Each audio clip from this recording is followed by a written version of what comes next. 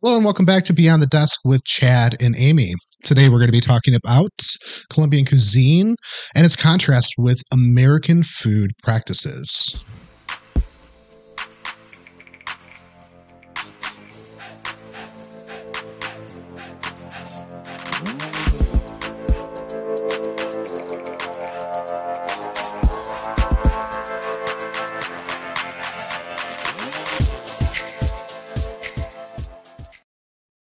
Hey there, babe. Hi. How's it going? Fantastic. How are you? I'm doing well. On this very chilly 39-degree overcast Michigan day.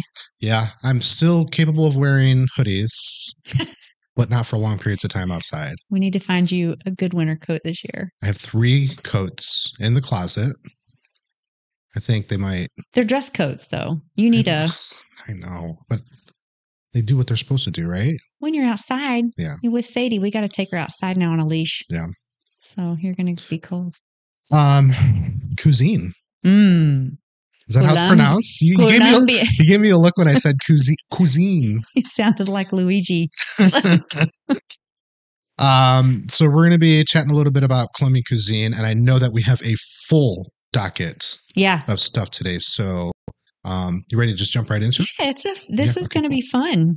Cool. And I'm super excited to see what your take, because you're a foodie, to see what your take is when we go visit. I'm strange. It's so strange. You're just a foodie. No, dig this though. Like a true foodie would eat some oysters. Yeah, that's not me. Matter of fact, when I go to a restaurant, I get the same thing every single time. Well, that's true. So I like various things, but until I build up the courage to actually try it, yeah. So I'm a foodie once I have tried it. Well, guess what? Lots of new stuff to try. Lots of new stuff to try. And we're going to talk a little bit about that today. Cool. Yeah. So coffee. Coffee is what was it? It is life in Colombia. What was the show? It was Ted Lasso. Football is life, right? Cafe is life. Yeah. Yeah. So we are actually going to take a tour of a coffee plantation. Very cool. I'm excited about that. I didn't know that. Well, I think you just surprised me with a little something. Surprised you with a little something. Well, we love our coffee, and Colombian coffee is my favorite. So we're going to check it out. Yeah, I think that's awesome, and I think it's kind of like going to Mexico and checking out like a distillery. Yeah, you know? tequila. You go straight to the source. Mm-hmm. You see what it's actually all about, not the impurities, not the processing, right. It's just straight from the source and meet the farmer and really get. Yeah. So I'm not a wine person, but I did a wine tour in California, in wine country, and I had a whole new respect for wine after learning about it. So I'll probably be able to do the same thing with coffee. That's pretty cool because it's grown like kind of up in the mountains. Yeah, not to get too deep into it, but there's this thing where there were grapes, exact same grapes planted at the exact same time, some on the mountain, some on the flatter part, two totally different tastes because these had water running through them, where here the water was sitting. And so the mineral consistency shifted the flavor of the grapes, which then made the wine taste different. And it's like, who would have thought that would have been the thing that makes these two wines so differently? Yeah. But it was cool to sample both of them, knowing they were the exact same grapes, just different terrains. I'm excited to see, because the coffee beans that we see, the whole coffee beans, are not what is picked off. No. Of the little trees, the coffee trees. So, yep. And then some other locally sourced ingredients. Well, we'll just say that everything from Colombia is local, the local farmers, and we'll get into this a little bit more later with the restaurants and things like that, but they really don't eat a lot of boxed foods, ready-made stuff. Processed, right. So coffee, and then you have empanadas. So empanadas are huge, every street corner there, as far as being in a bigger city like Medellin or Sabaneta, Envigado, like those are places where you're going to find the street vendors a lot. Plus you can find them in any Colombian restaurant as well, stuffed with meat and, different goodies in there. I'm so excited for that. I can't wait. And then I can't do it. I tried to roll my tongue a little bit ago, but I couldn't do it. Arepa. Oh, I did it. Arepas. And then those can come with chorizo, which I know you like chorizo a lot. So that's pretty cool. And then we have the bandeja, paisa, which is a typical, that is a typical Colombian food. It's huge. It has fried egg on it. It comes with huge piece of avocado, plantains, beans, some other things. So we're going to try that big, and I think we might just buy one and probably both of us be able to eat so that we can sample multiple things too. Right. Yeah. And just take a guess, Chad, at what the cost of the typical Colombian bandeja meal would cost. $9? Less. $7? Less. $5? Probably so. Wow. Yes. So cheap. And you go here, you go and get a burger, and it's $14 for a burger. Oh my God! Yes, I could not believe it's processed. That's not even that's not even like a true. You know what I mean? And here we're getting fresh stuff for a quarter of the price, and it's handmade. Right. Yeah. That's so amazing. Super excited. And another thing in Colombia, cheese is everything, and it's the white cheese. Yeah. Right. So locally sourced, straight from the farmers. So we love that cheese. That's what it's all about. But we've never had it local. No. And so, okay, the closest I would say to having it as fresh as possible is there was this restaurant I would go to that they did Colombian dishes, they did Mexican dishes, they did all different types of South American dishes. And everything was authentic. They used that cheese, and it has like this almost, I'm not going to say rubbery, but like this texture when you chew on it, where it's kind of like reminds you if you were chewing on a rubber band sound in your vibrating through here. But it's soft. It's not a chewy cheese. Okay, you like it? You eat it? Delicious. Okay, good. Delicious and unique, not because it's like pungent or strange. It's just, it's not pungent. You've never had it reminds me closest to like a mozzarella more than anything. Yeah, and it's typically what you would find on the more authentic Mexican restaurants with the white cheese that they put on tacos. Right. We put cheddar, right? But they use that white cheese. It's so phenomenal. I'm excited to taste it when it comes straight from like right off the farm. So that's going to be super cool. And soup. Now, I will try the soups, maybe, but what I've seen, how they're made and everything, I don't know.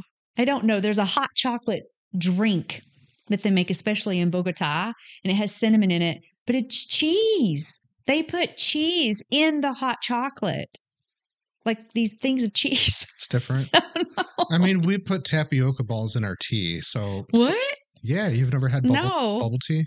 Yeah, I'm from the South, babe. Big straw. And we do tapioca. Not drink that. I'm just saying, we do some weird shit too. That's all I'm saying. But it's interesting that so I did try while I was in, I think, Florida, I did try a Colombian restaurant, and it was all seafood based. So more like Cartagena. Cartagena stuff, yes. And that scared the crap out of me because I'm not a seafood person at all. Like the extent you'll get me is fish that doesn't taste like fish and shrimp. Yeah. And so I was a little spooked because they had pictures of it, and it was the whole fish, and it had the eye socket, and I was like, this is not my style, not my thing. But it is different where we're going inland compared to the coast. Right. Yeah. I think it's and I could be wrong, but somebody had said it's like a 10-hour drive to Cartagena. Yeah. And so that to say, I have these, I don't want to say reservations, but I have these nervous bouts when it comes to the food. But at the same time, I love that culturally, soup at every meal, soup at every restaurant, it's just part of the way. Right. And that's what we're doing is we're immersing ourselves in preparation for living part-time there. If we find on our discovery trip that that's what makes sense for us. Like we're definitely not going to eat at the McDonald's in Medellin or the Pizza Hut or, any of the chain restaurants that they have here in the States, the ones that they do have there. Yeah. I did tell you there's an IKEA going in, right? You did. Yeah. And they have Amazon. So Amazon, no 2-day delivery. No, more like 10. More like 10. 10. 10. And then in contrast, okay, let's talk about the U.S. market. So I have this flashback of macaroni and cheese because you just made that the other day, fresh homemade macaroni and cheese. Southern, yeah, with bacon. I had this flashback to what I had as a child where it was powdered whatever. Crap. But here's the thing. I remember the cheese, when you put it in with the milk, actually was like this purplish tinted color. Gross. It wasn't even like the right color until it fully blended and mixed. But it was quick and easy. Or there's ramen noodles. It wasn't until I was in my late 30s that I learned that there's actual ramen that is just phenomenal. Right. Like the broth that's all homemade. But then all I knew growing up into my 20s was a cup of soup, processed, high sodium, just absolute crap for our bodies. The noodles covered in wax so that it didn't stick to stuff. Like that's what we're putting in our bodies, just like polluting. Oh, so bad. It's bonkers. We don't want to think about it. We don't want to think about what we're actually. I didn't grow up that way, fortunately. Although I grew up on a lot of fried foods. I mean, my mom had a tub of lard, by the stove. However, all of our stuff was homemade. I don't ever remember eating anything out of a box except once in a while as a treat. She would buy the boxed Chef Boyardee pizzas. There were 2 that came in the box. And you made the dough, let it rise, whatever, and then the can of sauce, pepper. Yes, was it a kit? Was it a whole kit? It was a whole kit, and that was the only other than So she bought groceries every 2 weeks. It cost her $50. Wow. Every 2 weeks, and we got a bag of potato chips, and within that bag of potato chips, it had two bags within the one bag. Those were gone in days. Sure. Because it was junk food. It was a treat, yeah. And we weren't really allowed to have that. But yeah, so I grew up, we had 2 gardens. My mom canned everything. So I ate more of like what we're heading to. Yeah. To Colombia. I didn't. I grew up on boxed everything. I grew up with a single mom who was just busy, and honestly, cooking wasn't something that was a skill she was taught. She just didn't. My grandmother, that was not her thing. And that was her influence. And so everything was microwaved. There were she had a couple staples that were, things that she made. I guess you could call it from scratch, but it just wasn't what we grew up with, because you only know what you know. Mm-hmm. So I fortunately was, when I got older, able to make that shift to exploring. And during the pandemic. Restaurants. And then during the pandemic, I cooked literally every single meal I had. I was cooking. And now you're a good 3 cook. times a day. You're a really good cook. Yeah. I'm the side. I cook all the side stuff usually. Right. You do the meats. Yeah. Unless I'm doing a pot roast or something like that, then I'll make all of that. But you were really, really good cook. So what we are going to do is definitely try out some restaurants and stuff while we're there. Go to the markets, which I am most excited. That is the one thing I am most excited about, is going and checking out the local mercados. Cannot wait for that. So, and there might be some things we can't identify that we'll just have to try. Oh, for sure. The fruits, most definitely. And a lot of the vendors, they want you to come back, so they will crack something open right there and let you try it. So we do have an amazing market here called Nino Savaggio, and they are able to import stuff from all over the world that you can't get anywhere else. It might be behoove us. Is that the phrase? Behoove us. Behoove us. Behoove. Behoove. Behoove. No. It might be a decent idea. It might be a decent idea for us to go there and just see the names of stuff and see if they have it available. Yeah. And just even if it sucks, at least we know then that it's not our. But there might be some really cool fruit that it's still not going to taste. No, like at least we have an idea. Yeah. Oh, we should. We can do that maybe next weekend or something and run out there. So talk to me about some of the staples for Colombian food, because there's some things that are just cornerstone items that everything's developed. Well, corn for sure is a staple. Plantains are a big, big staple. They're tropical fruits. Let me just say they have, I don't know how many fruits there. And that could be one of the reasons. The little bit of obesity that they have there is probably from the large quantity of fruits that they eat and the juices that they drink from those fruits. And then various types of beans, and then definitely meat. Thank goodness, because you are not a vegetarian or vegan by any any means. No. And, that is one of those things that's a lifestyle choice. Like, given the right circumstances, Yeah. I'm sure I could convert to whatever is necessary, but I don't have a desire. I don't think you would do so well. I give I'm myself pretty too much, sure you I wouldn't. give myself too much credit on that. But some of the common ingredients found, so cilantro, which we love. Love it. Most people love it or hate it. Genetically, we love it. Yeah. It's a genetic thing. Yeah, that's right. It is. Yeah. Interesting. Saffron is another one. Masarepa, it's a corn flour that they use to make the arepas. Okay. Cornstarch. Panela, which is a unrefined brown sugar. I like unrefined. Like that sounds. Cinnamon. Guava paste. Have you ever had guava? I have not. If I have, I don't recall. Probably not. Definitely know the name. Yeah. I don't know that I've had it. So dark chocolate. They use a lot of dark chocolate there. Which is healthy. Yes. It's healthy prior to Americans dumping a bunch of sugar into it. But dark chocolate has its positive Has properties. a lot of benefits, yeah. And did you know that Ecuador has supposedly a very, very delicious dark chocolate? I did not know that. So beef stocks, obviously, for all the soups. Ecuador. White rice. Coconut milk, which I love. Coconuts in general. Your red beans. Do use the red beans. Yuca. Regular white potatoes. It's a root, right? Mm-hmm. Yuca, yeah. Yuca. Lots of fruits. And the avocados, they are the size of a little bit bigger than a softball. That's how big So that's like these are. Guac for both of us. Guac for days. Yeah. So those are some of the staples that they use, just to give folks an idea. But here's something. I think a lot of people might assume that all of Latin America uses spices, like Mexico. And that's not true. Colombia does not. They really do not like spicy foods. They're about to learn. You're about to teach them what's up. You do like spice. I like when my food has a different element than just salty, sweet, sour. I like a little bit of heat. Mm-hmm. It just hits a little bit differently. Yeah. And it doesn't always have to be hot. Well, you might find this to be a little bland for your taste then. Maybe. Right. I might dig it completely. Yeah. I can always spice it up though. Yeah. Take a base. Well, I might have to hit some hot sauce at the stores. Way.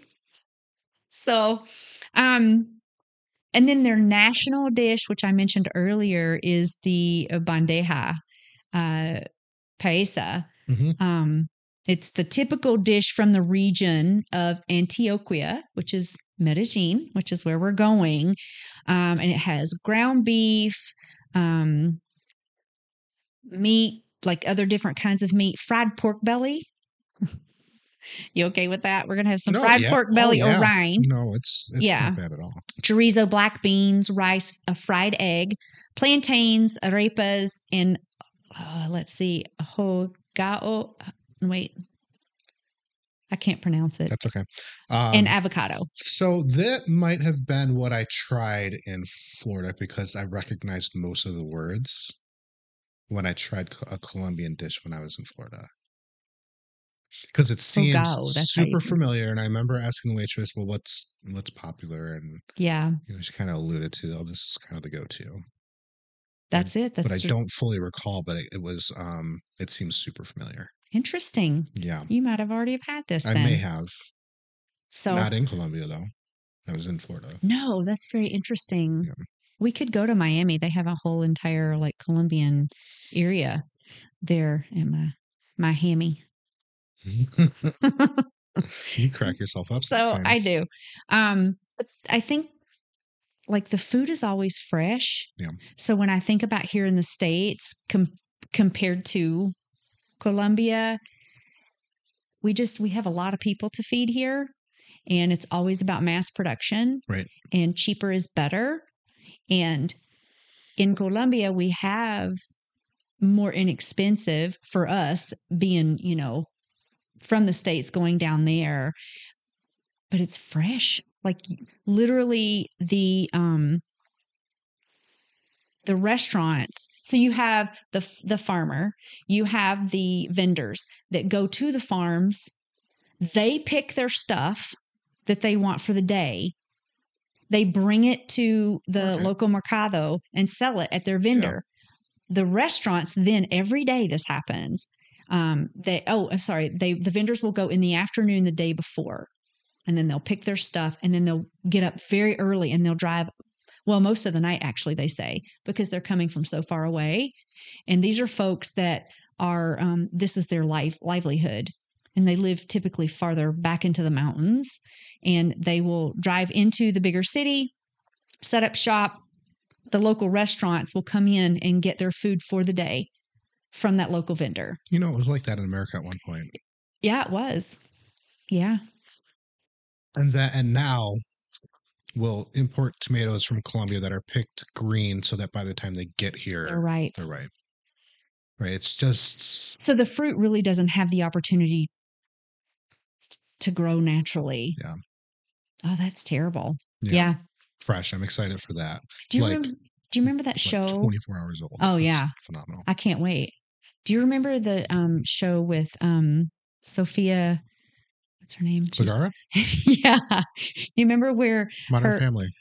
Modern Family, where the episode where they sent sweaters in a banana box and there was a tarantula in it and she's freaking out because they were in the banana leaves. It was hysterical. It's a great show. Yeah. It has so many different personalities and so many different, but I've paid so much more attention to like Colombian actors and actresses in shows now. Right. Since we've been discussing. Yeah. So, and then talking about markets and the culture around markets in Colombia, they're everywhere. You do have the supermercados, which are like the big giant grocery stores, if you will, and they have clothes and they have all kinds of stuff, almost like a Sam's or a Costco, sort of. And then you have these little local mercados, which is where I want to go. The line will be long, from what I understand, and that it takes a long time to check out. You probably Latin culture. There's probably also not like waiting in line. There's getting to the front and getting their attention. Like it's and no personal space. Like guaranteed, somebody will be right up in your face. Part of the experience, right? Yeah. So I don't mind that so much. Being brought up in the South where we hugged all the time and everybody was in your business and, it was just a part of, and having big, huge families. So I don't think it will bother me quite so much. So we'll see how you fare. Yeah. With somebody being right up on you. Yeah, I do have a personal space thing. It's all right. Figure it out, right? It's okay. We'll figure it out. Yeah. So they play an everyday role in the cooking. So people are going to the market like every day, every other day to get their stuff. And with fruit being that fresh, it goes bad quicker. Right. Right. So how are you going to use all of that fruit? You're going to make juices and different things with it, probably in cooking. I think the other part is you don't do weekly grocery shopping. No. You go, your cadence is you buy what you need for that meal for exactly tonight and for tomorrow. Right. Yeah.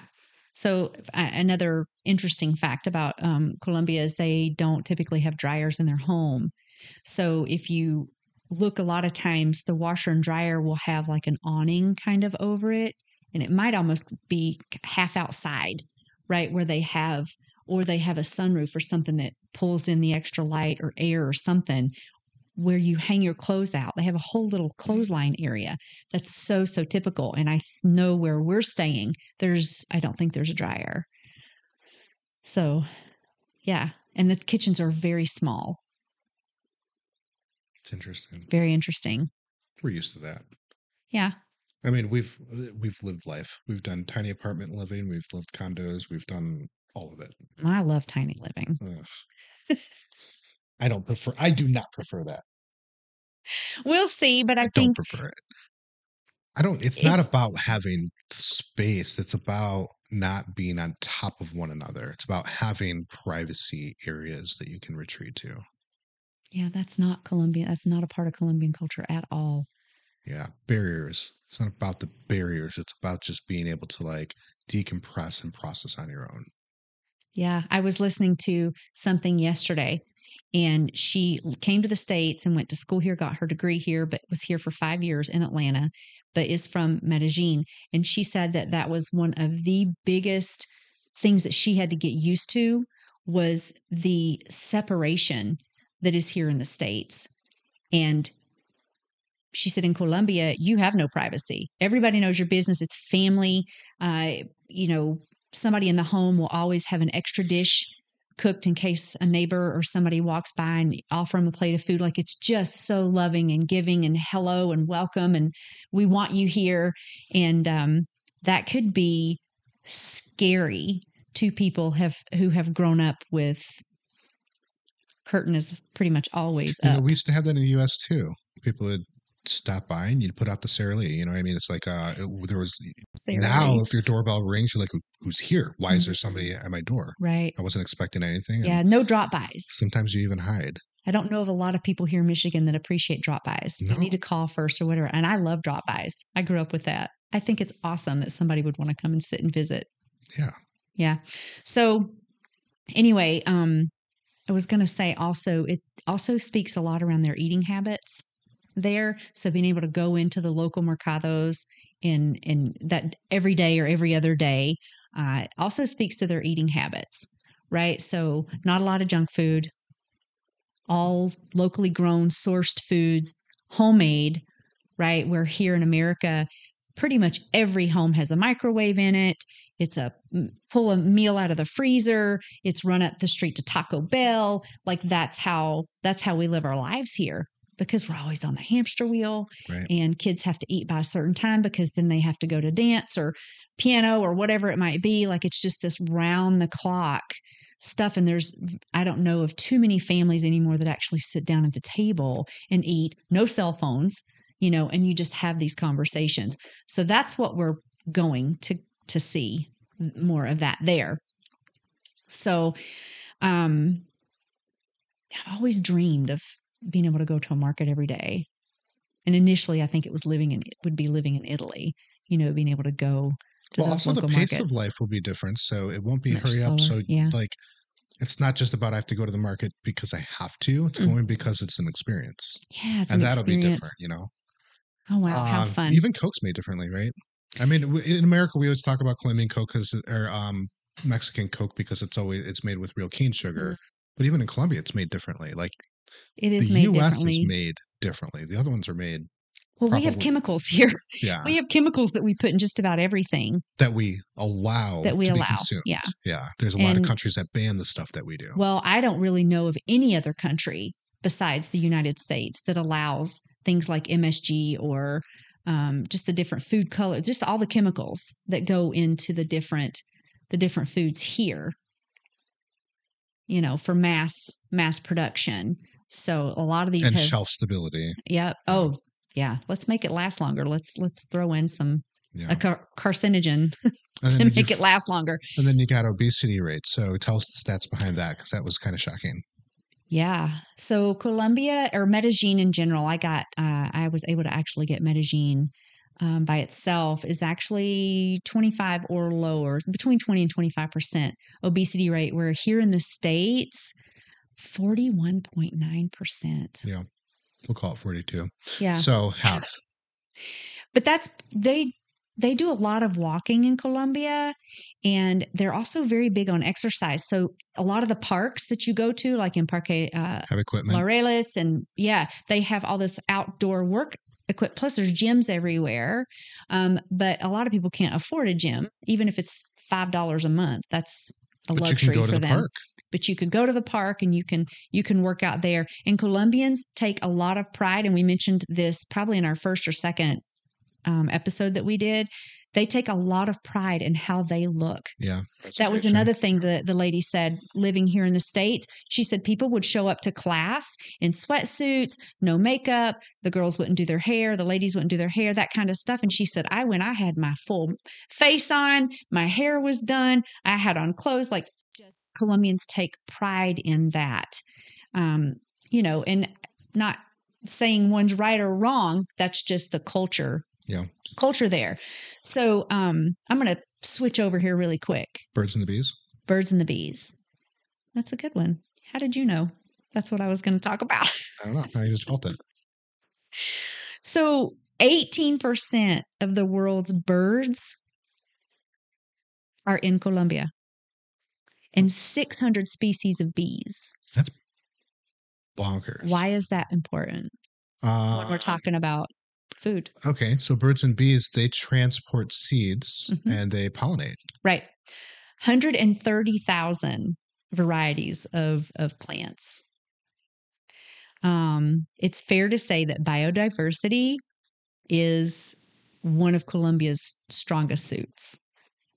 So the bee, it's very, very important. And when you have that many different kinds of bees that are working to pollinate the plants and things, your food is going to be, your fruits and vegetables are going to be so much better, right? And diverse. You might be getting natural creations that otherwise wouldn't have happened. Right.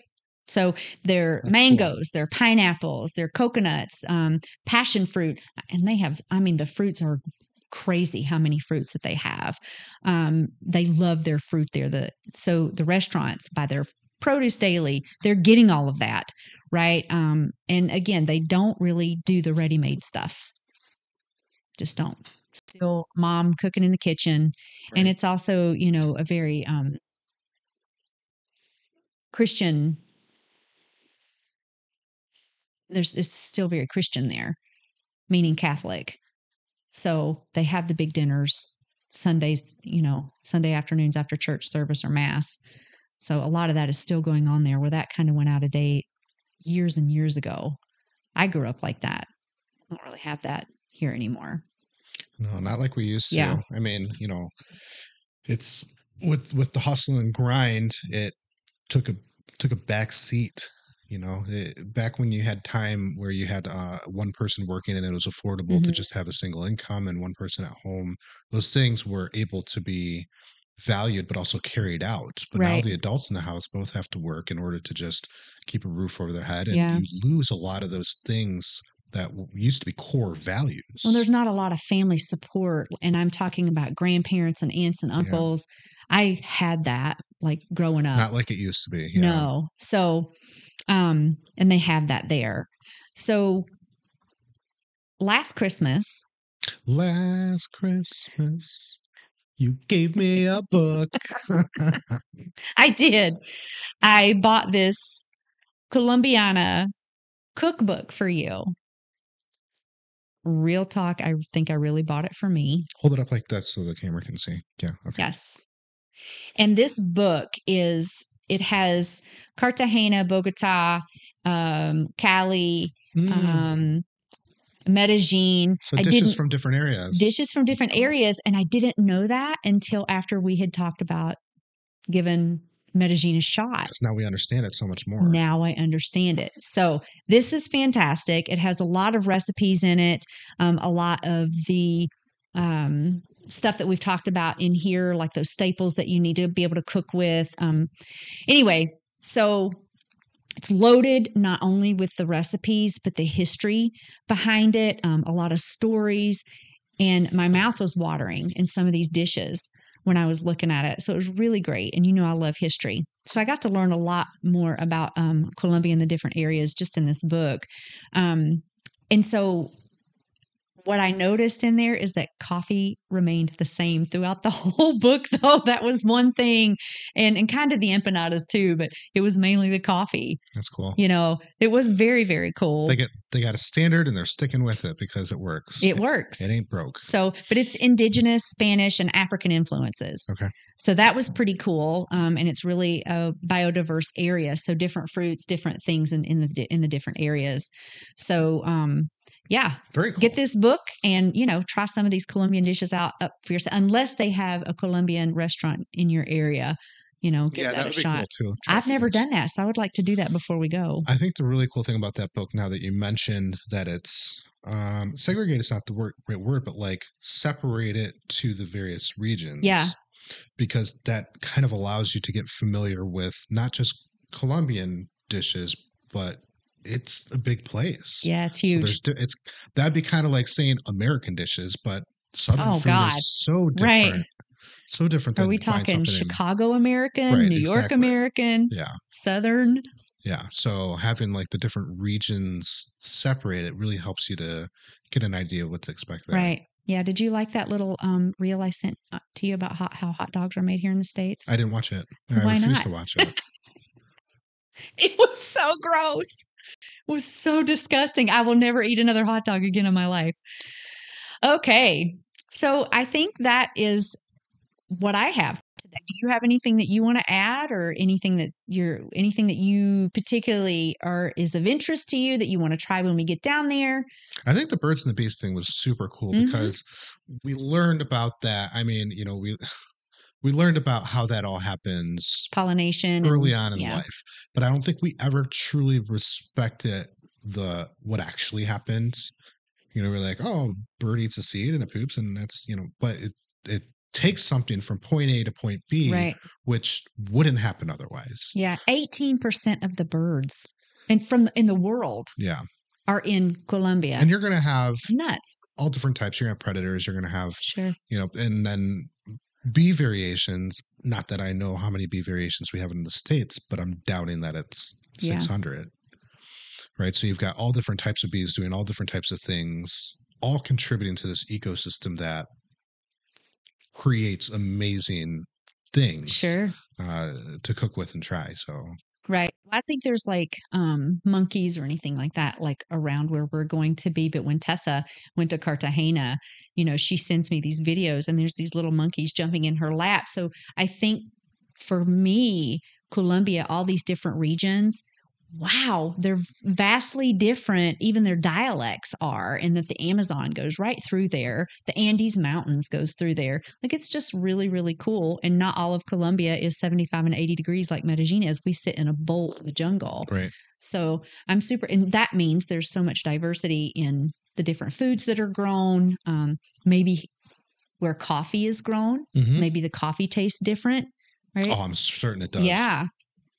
I'm certain it does. Super excited. Just what I learned from wine, I'm sure that coffee beans are affected in similar ways and other things too. Yeah. Temperatures, altitude, all of it plays a factor. It's pretty cool. So what do we got coming up for next week? Whoa. We're gonna go a little deep on travel insurance. You and I have been talking about this for a couple months now, and I am going to actually talk with a travel insurance agent from Colombia. That's cool. So we're going to see what goodies I can pull up and talk to everybody about, because this is something you and I have to have. Yeah. That's it. That's all I got. Don't you have a catchphrase? I thought you had a catchphrase. You came up with this really witty catchphrase. I did? Yeah. I did. You don't remember it? No. Well, I'm going to say your catchphrase because I think it's... Keep expanding your horizons and living beyond the desk. Have an extraordinary week. I did remember it.